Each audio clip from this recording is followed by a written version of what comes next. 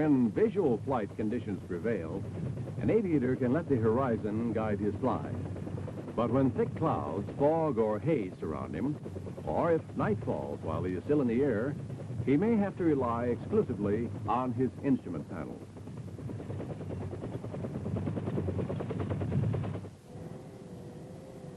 Instrument flying is the art of determining the attitude of an aircraft with respect to the horizon by referring to its various flight instruments. This particular instrument panel belongs to the Iroquois or UH-1B helicopter, otherwise known as the Huey. But its various instruments and indicators are characteristic of those found in other U.S. Army aircraft.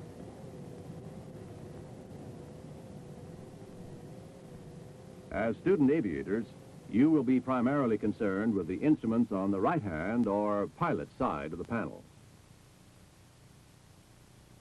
For flight purposes, the 7 most important of these are, reading from left to right and top to bottom, the airspeed indicator, the attitude indicator, the altimeter, the clock, the radiomagnetic or heading indicator, the vertical speed indicator, and the turn and slip indicator. The airspeed indicator is calibrated in knots and shows the airspeed or forward velocity of the helicopter. It does this by measuring the difference between impact air pressure from a pitot tube mounted on the left metal nose section and static air pressure from static vents located at the side cabin skins near the forward edges of the crew doors. The pilot's attitude indicator, on the other hand, shows the pitch and bank flight attitudes of the helicopter with respect to the Earth's horizontal plane. Degrees of pitch and bank or roll are indicated by a universally mounted sphere which contains a gyroscope.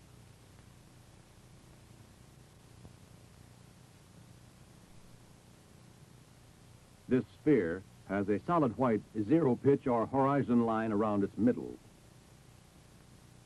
Black horizontal lines representing climb and white lines representing dive are spaced at 5-degree intervals above and below this horizon line. The 30-degree and 60-degree lines are identified by numerals. And the 45-degree lines are identified by the words climb and dive.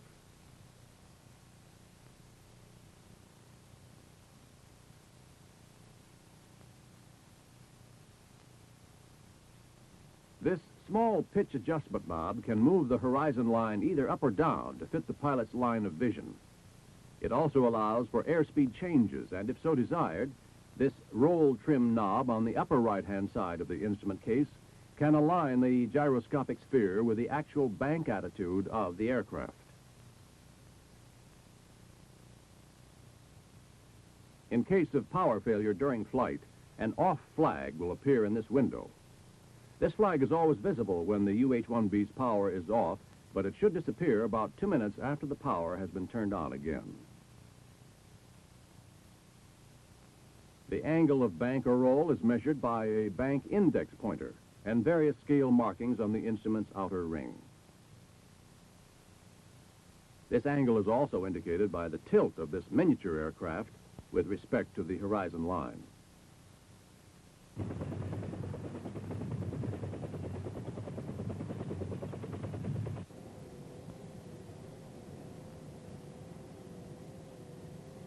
The altimeter indicates height above sea level and is actuated by a pitot static system.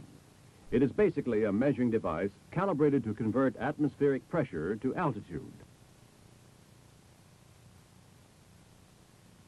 A pressure-setting knob regulates the barometric scale behind the small Colesman window at the right. This allows the pilot to compensate for normal day-to-day and place-to-place changes in atmospheric pressure. The clock in the UH-1B is a standard 8-day timepiece with a sweep second hand.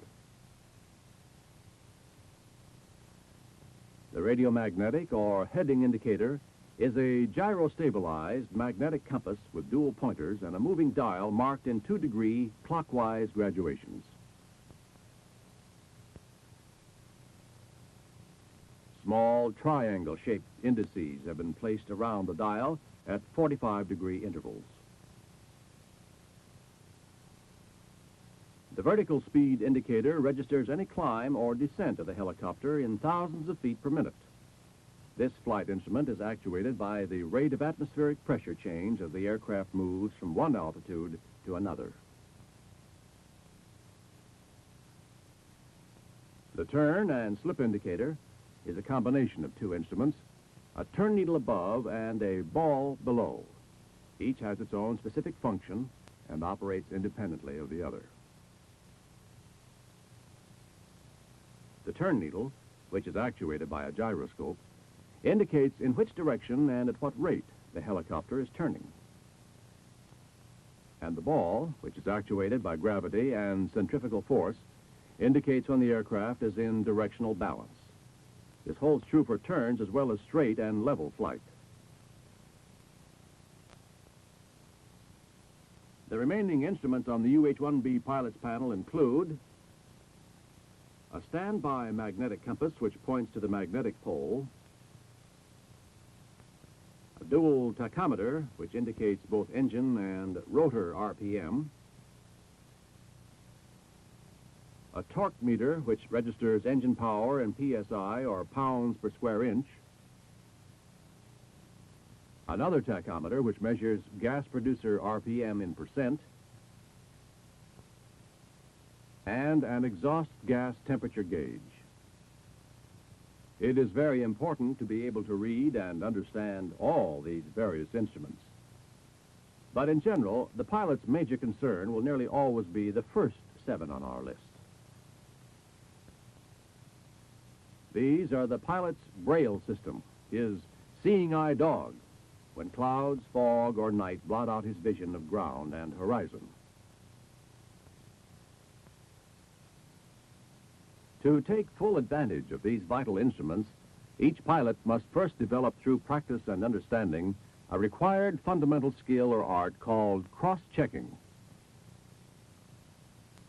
Cross-checking consists of observing, interpreting, and evaluating 2 or more instruments at the same time to establish the true attitude and performance of an aircraft.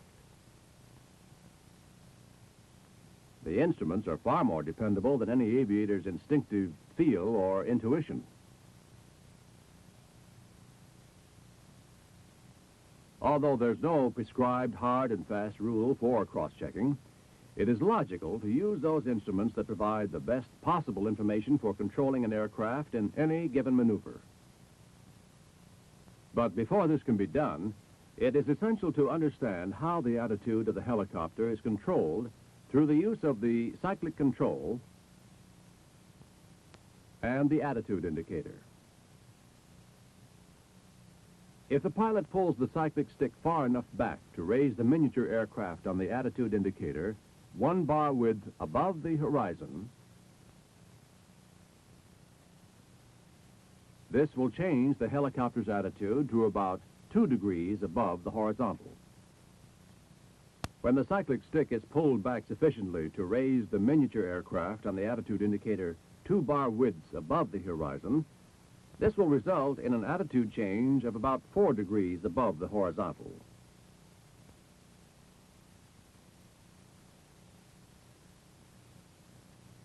For an attitude change of about 2 degrees below horizontal, the pilot will push his cyclic stick forward sufficiently to lower the aircraft 1 bar width nose low on his attitude indicator. The same principle holds for an attitude change of about 4 degrees below horizontal. When the pilot banks his helicopter, his attitude indicator shows 2 simultaneous indications. The first of these is the tilt of the miniature aircraft in relation to the horizon line. This tilt is directly related to the angle of the actual aircraft fuselage with respect to the actual horizon.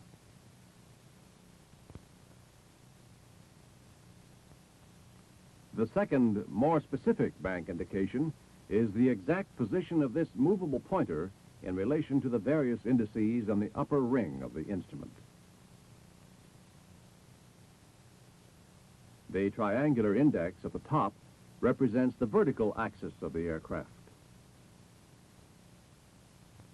The smaller indices at either side are 10 degrees apart, and the larger indices are 30 degrees apart. This particular indication, which shows the axis index exactly 10 degrees to the left of the pointer, is the result of a 10 degrees bank in the same or left direction. To achieve a 10 degrees bank in the opposite direction, the lateral position of the cyclic control stick will have to be moved to the right, so that the axis index is now 10 degrees to the right of the pointer. To return to the subject of cross-checking, let us start with a helicopter in straight and level flight at normal cruise speed. Its airspeed is 80 knots, resulting from a constant power or torque pressure of approximately 22 pounds per square inch for this particular aircraft under these particular conditions. Its attitude is straight and level, with neither bank nor pitch. Its altitude is 3,000 feet. And its heading is north, or 360 degrees. As the pilot pulls back his cyclic control stick for a 1-bar width nose-high attitude, his attitude indicator reacts both accurately and instantaneously. So the attitude indicator is his initial pitch instrument. After a slight lag, the altimeter on the instrument panel begins to show a climb. So the altimeter serves as a second pitch instrument. As the helicopter continues to climb at a 1-bar width nose-high attitude, the airspeed slowly decreases from 80 knots to 70 and then remains fixed at this slower speed as long as there is no further change in pitch. So the airspeed indicator can be considered a third pitch instrument.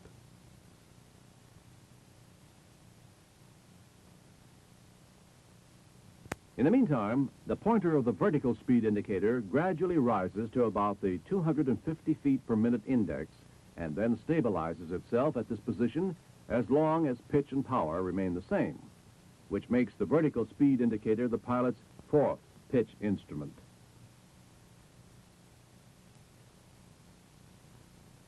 Turbulence may affect the attitude of any helicopter from time to time. But as long as the pilot keeps cross-checking from pitch instrument to pitch instrument,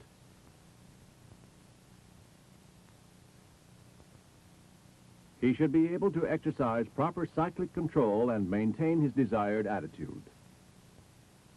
As soon as the pilot brings his climbing aircraft back to straight and level flight, there's another instantaneous reaction on the part of the attitude indicator.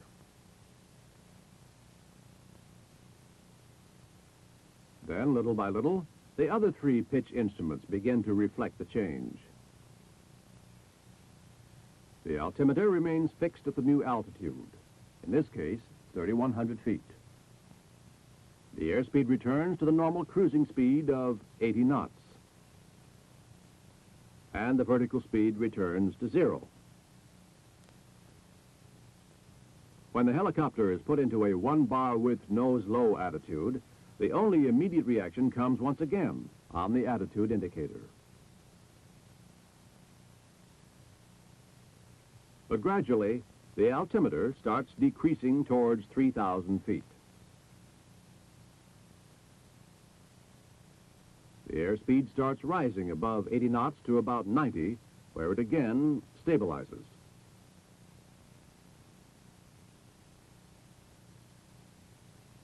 And the vertical speed indicator, which is a very sensitive instrument, soon registers a 250 feet per minute descent.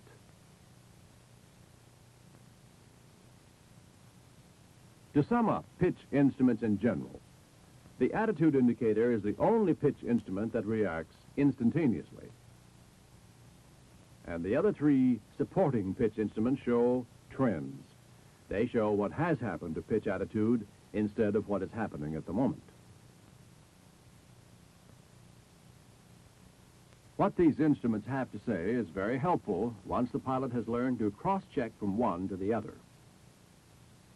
There is a convenient, neat ratio between power, attitude, airspeed, and vertical speed.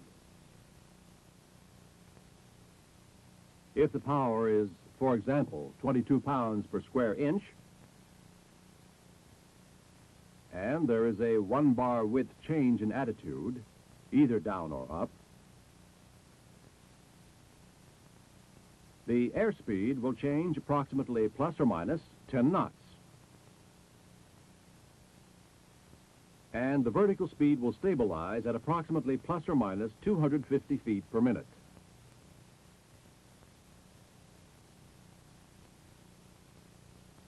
And by the same token, if the power still remains at 22 psi, but the airspeed decreases from 80 knots to 60 knots,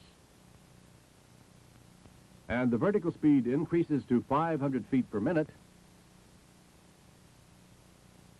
the pilot knows that when he cross-checks the attitude indicator, the miniature aircraft will indicate 2 bar widths nose high.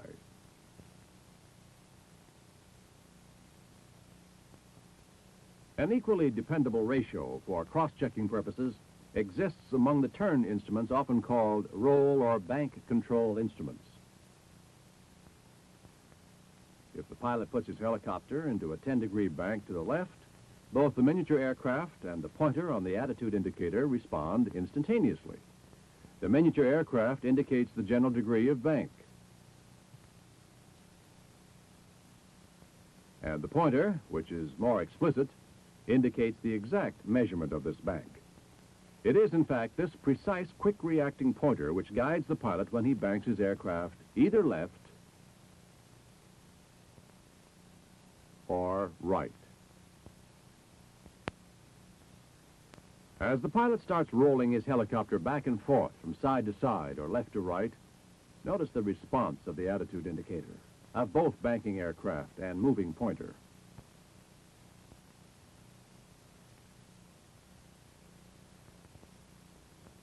The attitude indicator, in other words, is an instantaneous turn or bank control instrument, as well as an instantaneous pitch instrument.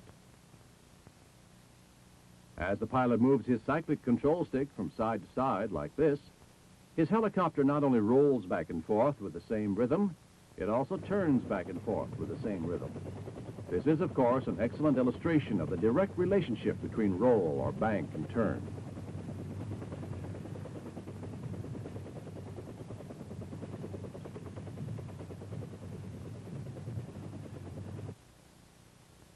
This relationship can be even better illustrated if the pilot stops rolling his helicopter from side to side and starts, for example, holding it in a constant but moderate 10-degree bank to the left.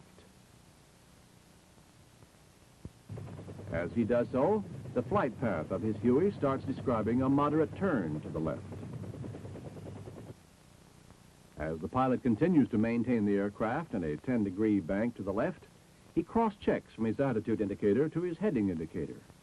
And he notes that this particular instrument is moving at the proper rate and in the proper direction to reflect the helicopter's gradual change of position with respect to magnetic north. This makes the heading indicator a second turn instrument. The third turn instrument is the turn and slip indicator. The turn needle indicates the rate and direction of turn. The ball at the bottom of the turn and slip indicator is a sort of quality control device. If the present maneuver is properly coordinated, the ball will continue to center itself, like this. But if the helicopter starts to yaw, or in other words, to slip or skid, the ball will roll to one side. And it will stay off-center until the pilot has trimmed his aircraft back to coordinated flight. So much for the basic principles of cross-checking, which make it possible for aviators to take fullest advantage of those sensitive, reliable guides called flight instruments. The second film in this series will take the UH-1B through a whole set of practice maneuvers. It'll show how to cross-check between the various pitch and turn instruments. And it will also show how the clock serves as one of the pilot's most helpful instruments. Proper mastery of instrument flying will make you feel at home in all weather conditions. It is an important step towards becoming a professional aviator.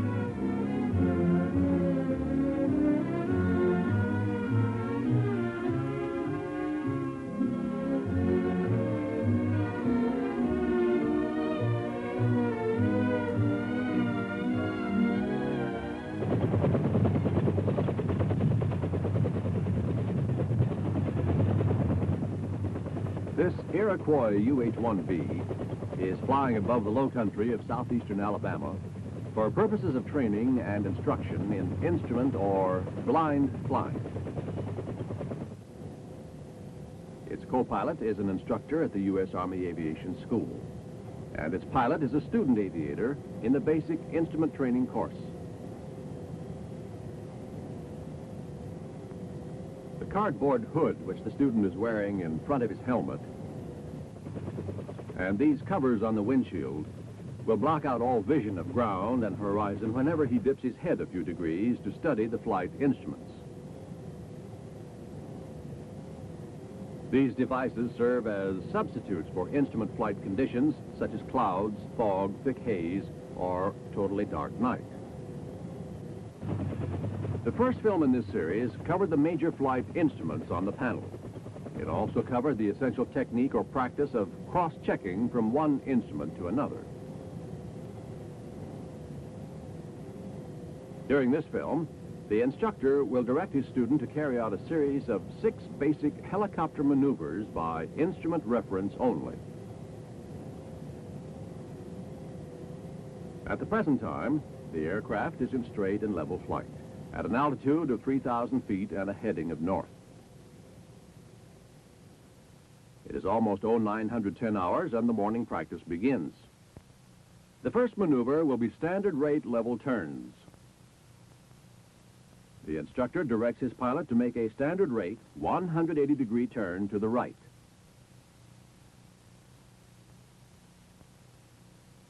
This maneuver requires the pilot to turn the aircraft 180 degrees in exactly 1 minute.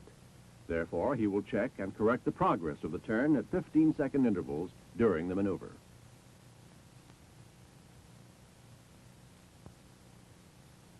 After waiting until the sweep second hand reaches the next cardinal point, 3, 6, 9, or 12 o'clock, the pilot starts rolling into a right bank. He chooses an angle of 12 to 15 degrees since there is a direct ratio between bank and airspeed.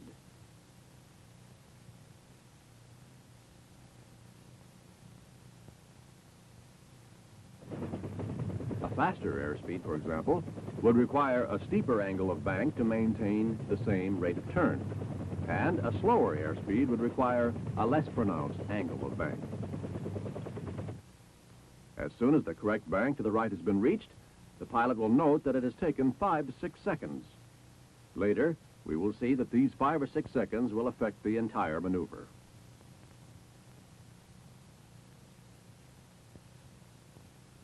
As the pilot continues his turn, he will constantly cross-check from indicator to indicator. One of his first checks will be the turn needle to make certain that he has established an actual 3 degrees rate of turn. will continue to apply cyclic control to maintain proper attitude and compensate for the loss of lift caused by the bank. As the sweep second hand reaches the first cardinal point, it is time to check the amount of turn that has so far been accomplished. At this point, he would expect to have turned 45 degrees, but because it initially took him 5 or 6 seconds to establish the proper 3-degree rate of turn, the heading indicator registers a turn of only 38 degrees, a normal lag of about 7 degrees.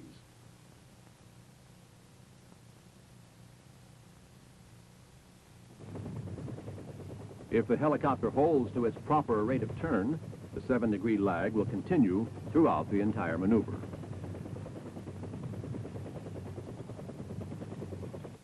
After 30 seconds, therefore, the heading should be about 83 degrees.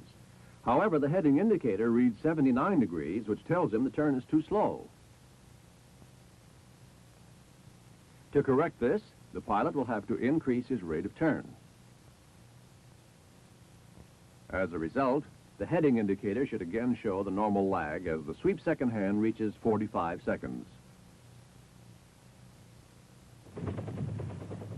At the end of exactly 1 minute, the heading should still be lagging its due south objective by the same 7 degrees.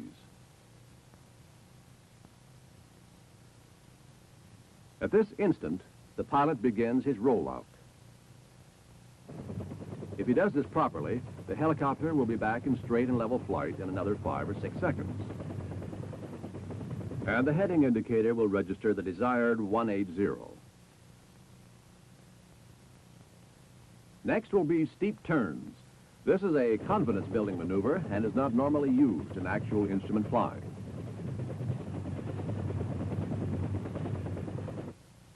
A steep turn is any turn greater than standard rate.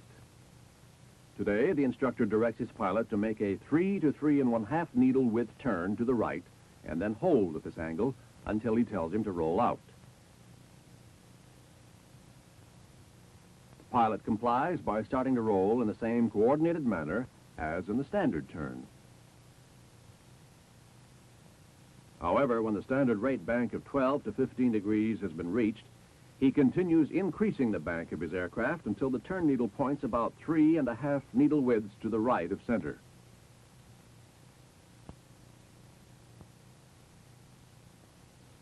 As he does this, he also adds approximately 1 pound of torque to the normal 22 psi. This will compensate for an unacceptable loss of lift resulting from the steepness of the Huey's present bank to the right.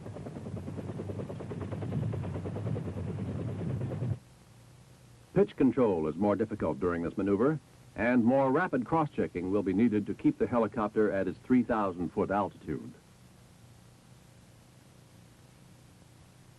When the instructor directs the pilot to roll out, his recovery technique will be the same as for the standard rate turn, except that he must remember to reduce the engine power back to approximately 22 psi.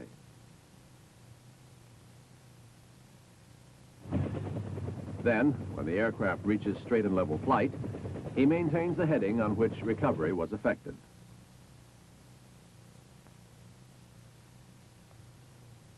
Straight climbs and descents. The third maneuver is well underway as the pilot makes a standard rate climb to 3,500 feet. The instructor now tells him to make a standard descent of 500 feet in exactly 1 minute while maintaining a constant heading of north. Once again, as with the standard turn, he will check the progress of the descent at 15-second intervals. As the sweep second hand reaches the 12 o'clock position, the pilot starts 2 simultaneous control adjustments. With the cyclic stick, he maintains his level pitch attitude. And with the collective pitch, he reduces his engine power approximately 5 pounds of torque. During this power change, he will have to use his pedals to keep the aircraft in trim. If the pilot performs both adjustments with precision and at the same time keeps his aircraft in trim, A descent of 500 feet per minute should be fully established after 5 to 6 seconds. The attitude indicator should show a level attitude and remain at this position. The torque meter should read a constant 17 psi. The heading should still be north. The turn and slip indicator should register straight and level. The airspeed should continue to hold at 80 knots. The vertical speed indicator should have stabilized at minus 500 feet per minute. And the altimeter should have begun to drop below 3,500 feet. The instrument pilot must be able to cross-check all his flight instruments in a fraction of the time it takes to talk about them. As the sweep second hand reaches the first cardinal point, the pilot makes his first cross-check against the clock. If the vertical speed is continuing to hold at minus 500 feet per minute, the altimeter now reads 3,400 feet instead of the expected 3,375 feet. The altimeter lags because of the 5 or 6 seconds required to establish the descent. This 25 to 40-foot lag in altitude, like the lag in turning, depends on the time it takes to make a change from one power setting to another. And like the turning lag, its exact measurement depends upon the individual technique of the man at the controls. In this instance, the altitude reading is 3,400 feet, showing an acceptable lag of 25 feet. As the sweep second hand continues around the dial, the pilot continues to cross-check, paying particular attention to his vertical speed indicator. If a slight downdraft increases the vertical speed beyond 500 feet per minute, he immediately adjusts his pitch attitude for the duration of the air disturbance.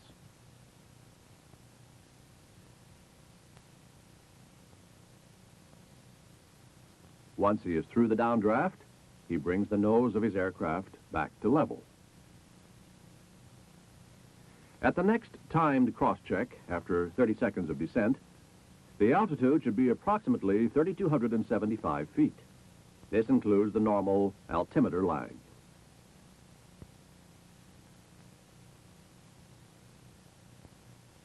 As the sweep second hand reaches 45 seconds, this reading should be about 3,150 feet.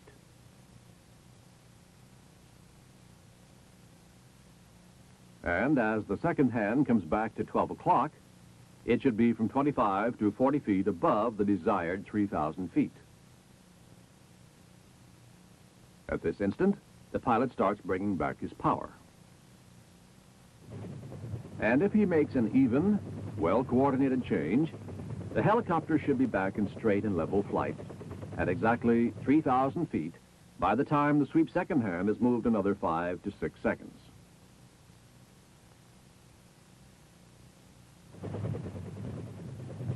At 10:10 hours, the UH-1B is once again in straight and level flight at an altitude of 3,000 feet, a normal cruise speed of 80 knots, and a heading of north. The next maneuver covers either climbing or descending turns. The instructor now directs his student to make a 180-degree turn to the right, plus a climb of 500 feet in 1 minute. Since the pilot will be combining two rates, vertical speed rate and rate of turn, it will require very rapid, accurate cross-checking, proper instrument interpretation, and proper corrective action to carry out the maneuver in exactly 60 seconds. Once again, the pilot decides to start his maneuver when the sweep second hand reaches the 12 o'clock position, although it could be any one of the other 3 cardinal points.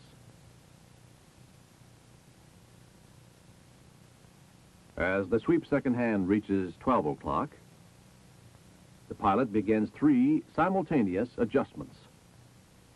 With a collective pitch, he starts adding 5 pounds of torque.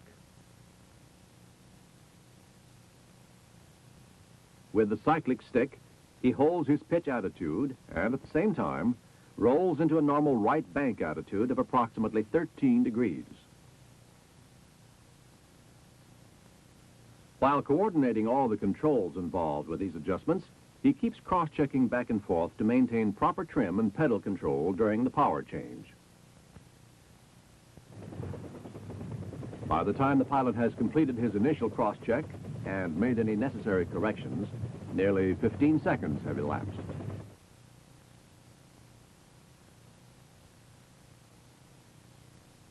As the sweep second hand reaches 3 o'clock, the power reading should be 27 psi.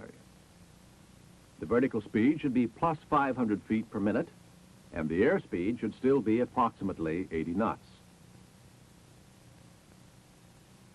The turn needle should show a 2-needle width deflection to the right, assuring a standard rate 3 degrees per second turn. The altitude should be passing 3,100 feet. And the heading should be passing 38 degrees.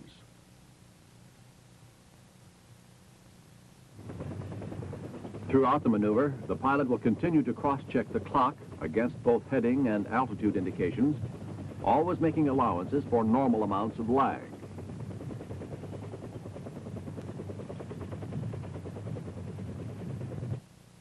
At 30 seconds, the altitude should be about 3,225 feet.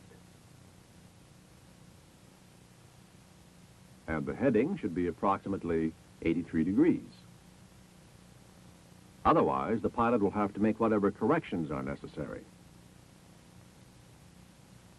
After 45 seconds, the altitude should be about 3,350 feet.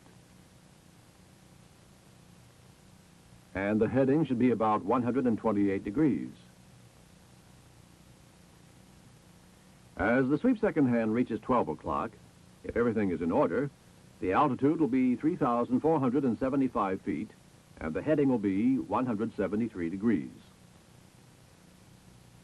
At this instant, the pilot must start a smooth rollout and reduce the power to 22 psi. As the power changes, he must be particularly alert and make rapid but careful cross-checks to correct pitch, roll, and yaw.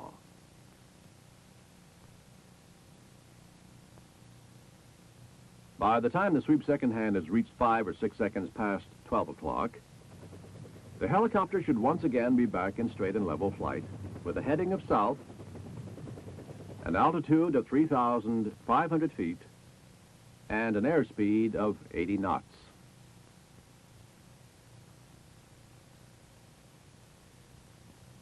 Unusual attitude recovery has been selected as the next maneuver. Emergency procedures are regularly included in these practice missions.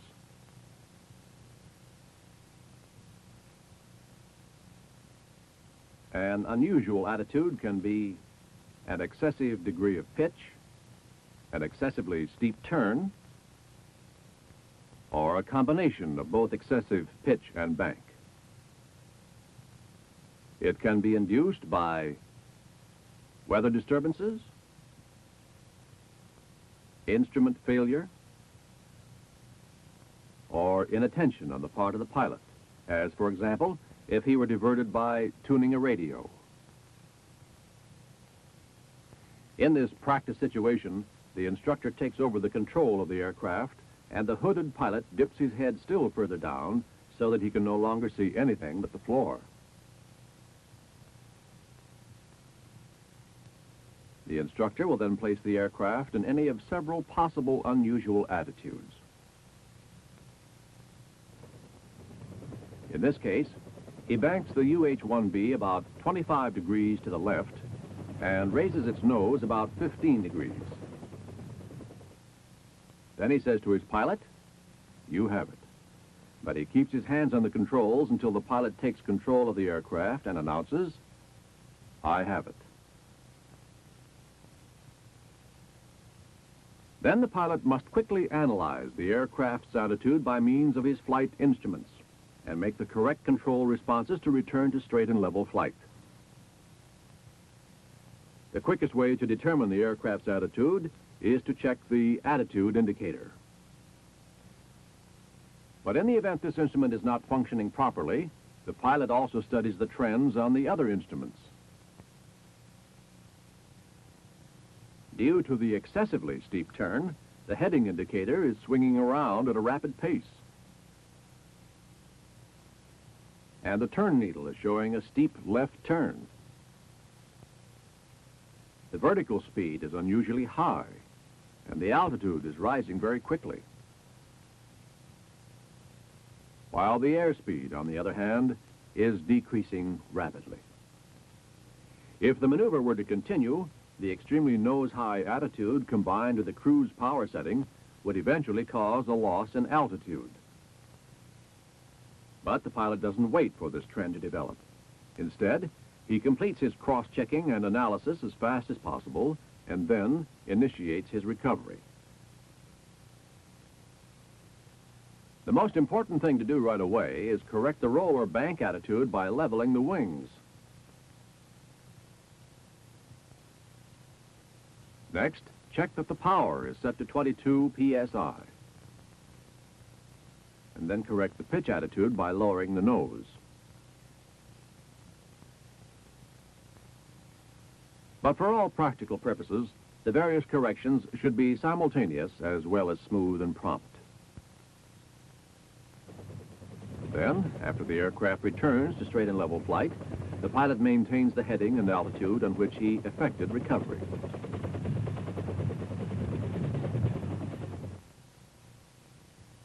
Auto-rotation and power recovery. For the morning's sixth and last maneuver, auto-rotation, the aircraft has been brought up to an altitude of 4,000 feet. Its attitude is now straight and level. Its heading is north. Its airspeed remains at 80 knots or normal cruise, and the power is 22 psi. The two needles on its dual tachometer register an engine speed of 6,600 RPM and a corresponding rotor speed of 320 RPM.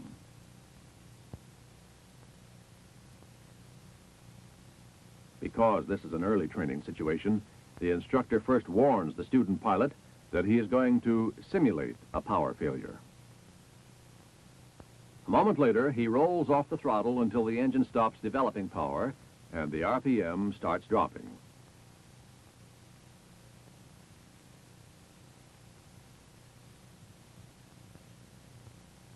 The pilot then enters auto-rotation. To ensure positive control of the aircraft, he must take immediate corrective action. He quickly but smoothly moves the collective pitch to the full low position.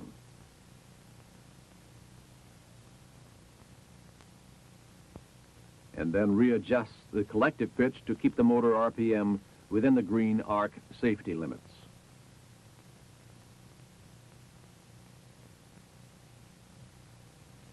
At the same time, the pilot makes a particular effort to keep the helicopter in trim, because a power loss like this creates much greater disturbances on all axes than a normal power change.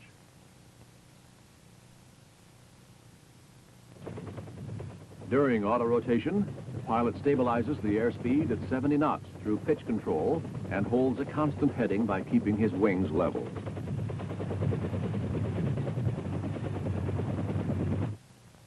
As far as instrument readings are concerned, auto-rotation is just another straight descent, except that the vertical speed indicator shows a rate of descent of about 1,800 feet per minute,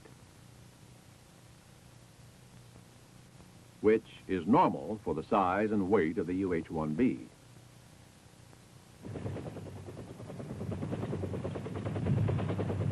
Since it is required to terminate practice auto-rotations at a safe altitude, the instructor now directs the pilot to make a power recovery. To initiate the recovery, the pilot begins adjusting his collective pitch to bring the rotor RPM within the engine RPM limits. He next increases the throttle to full open to rejoin the needles. Then he continues applying power to bring the helicopter back to straight and level flight, and the recovery is complete.